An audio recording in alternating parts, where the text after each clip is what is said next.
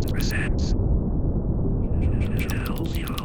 In late 2016, just a few weeks after the presidential elections in the United States, a man working at the U.S. Embassy in Havana, Cuba, began hearing strange, intrusive noises outside of his home. The man, who many now refer to as Patient Zero, described the sound as, quote, annoying to the point where you had to go in the house and close up all the windows and doors and turn up the TV. He discussed the disturbance with his neighbor, who also worked at the U.S. Embassy, and the neighbor confirmed that he too had heard the noises, which in his words were mechanical sounding. On its own, this incident may not seem like much, however, it was just the beginning of a much greater mystery.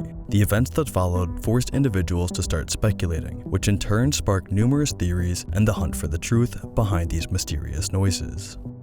A few months after the initial incident in Havana, a third diplomat from the U.S. Embassy began complaining of hearing loss after he encountered a bizarre noise. It wasn't long before more employees experienced the same thing, and they exhibited a range of symptoms from memory loss to confusion and headaches. In total, more than 20 workers had to be evacuated for testing and to undergo treatment. These events seemed to be framed almost immediately by the media and high-ranking officials of the US as an attack or an act of war that had deliberately targeted the United States workers using some kind of acoustic weapon. But could this possibly be true? Well, the United States and Cuba have not had the most friendly relationship in the past, and the Cold War is still very memorable to older generations, so history could provide a motive, albeit an outdated one.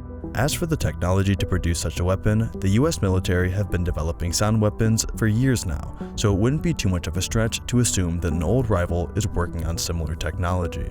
For all of the political and scientific debates that surround this mysterious case though, the evidence seems to point in one specific direction. The real cause is most likely a phenomenon that has popped up at various points throughout human history, but let's not get ahead of ourselves.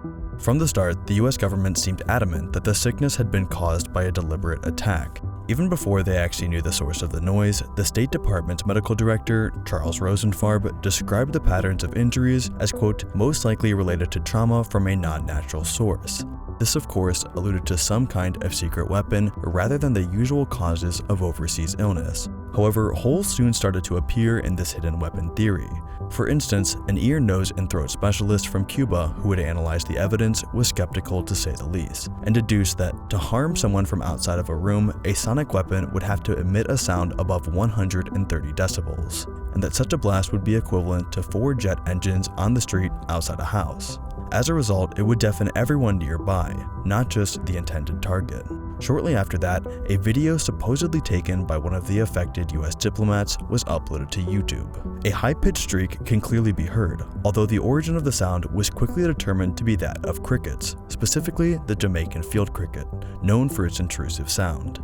This revelation was a major blow for conspiracy theorists, though it still left many unanswered questions. Although the crickets in question could at times be fairly loud, they were never noisy enough to cause deafness. By January the following year, many US government experts had ruled out a sonic attack. The FBI had even conducted their own tests and concluded that physical symptoms experienced by diplomats were not caused by sound. Regardless, many American officials were still convinced that something more was at play, and as a result, American staff numbers in the Cuban capital were cut by 60%, and the post was declared a standard tour of duty, a classification usually reserved for the most dangerous embassy positions. As for Cubans themselves, officials from the country were stunned by the wild accusations, and responded with a mixture of shock and sarcasm. Well, here we are. Caught in between what has been, what will be, and what is happening. It makes one wonder— 1 second, Leo. I'm on the phone. Oh, sorry. It's fine. Hello? Yes, this is I. Yes, I have. What about it? Leo, they're talking about Skillshare. The online learning community? Yeah.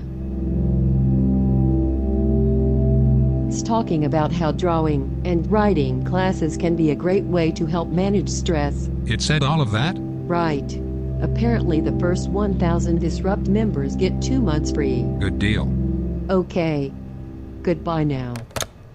What in the flying fudge biscuit was that? Not sure. Could just be the wind. What were you saying? Oh, I was saying sometimes it feels like we are in a commercial.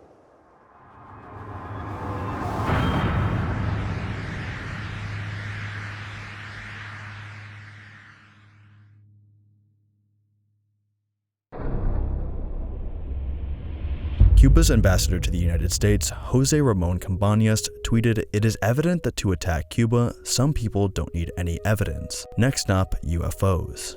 If the illnesses experienced at the US Embassy in Havana were the result of a targeted attack, it would be quite unusual that the victims experienced a wide range of symptoms, that some workers were targeted not just at the embassy and at their home, and that the illness started off with just a couple victims and spread from there. The weapon would certainly be something currently unheard of as well to be capable of producing these effects.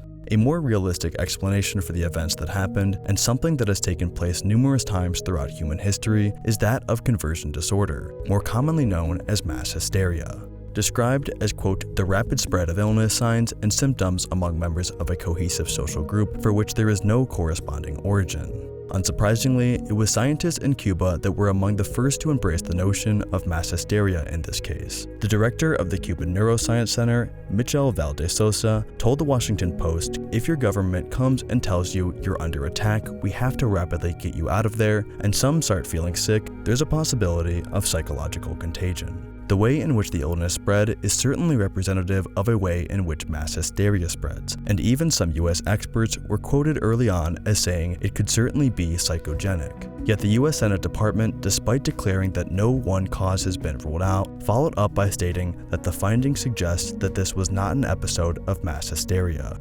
As is often the case, government information was hard to come by at first, but when medical findings were eventually released, they were panned and mocked by many scientists and experts. For example, Sergio de la Sala, the chief editor of Cortex, noted how there was many false positives in the studies of the embassy patients, and that if the scientists had tested any group of normal or healthy people for signs of tinnitus in the same manner, they likely would have found similar results. Due to government secrecy and conflicting medical reports, information about the affected workers remains vague. However, there is certainly enough to suggest that there was some sort of psychological factor at play, and very little to confirm that Cuba or anyone else possesses a sonic ray gun of any kind.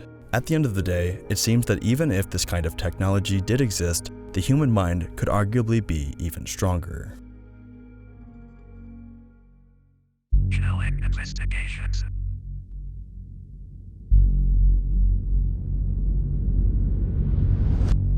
What is it?